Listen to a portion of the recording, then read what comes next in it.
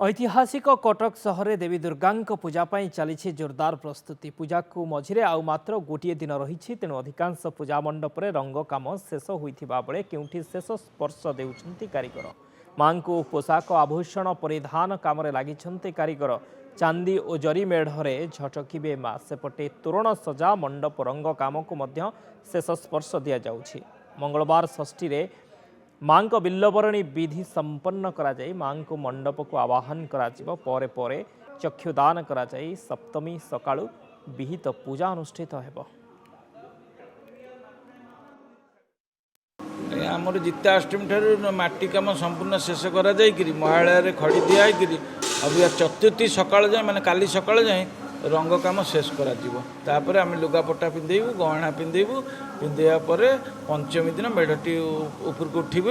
हाँ उठला पर षष्ठी आम बेलवाणी पूजा आरंभ करूँ। केवल ठाकुराणी जो कईथटा आम रखीचु कि क्या कौचु जदि मफसल जगह कईथटा आनीपार्टी से कईथटा पिउड़ी भगवती दुर्गा रंगटी एकमात्र होन्य गुड़ा अबिका जहाँ मिलूँ से बाध्य हो। वस्त्र परिधान सरला आमर आउ 2-3 दिन भितर आमर मेढ़ कामटी कम्प्लीट हो जाइए आसिक सजा हो माँगर गहना गहनाटी सब लगा लगे आम रात्रि सुधा कम्प्लीट सजा हो।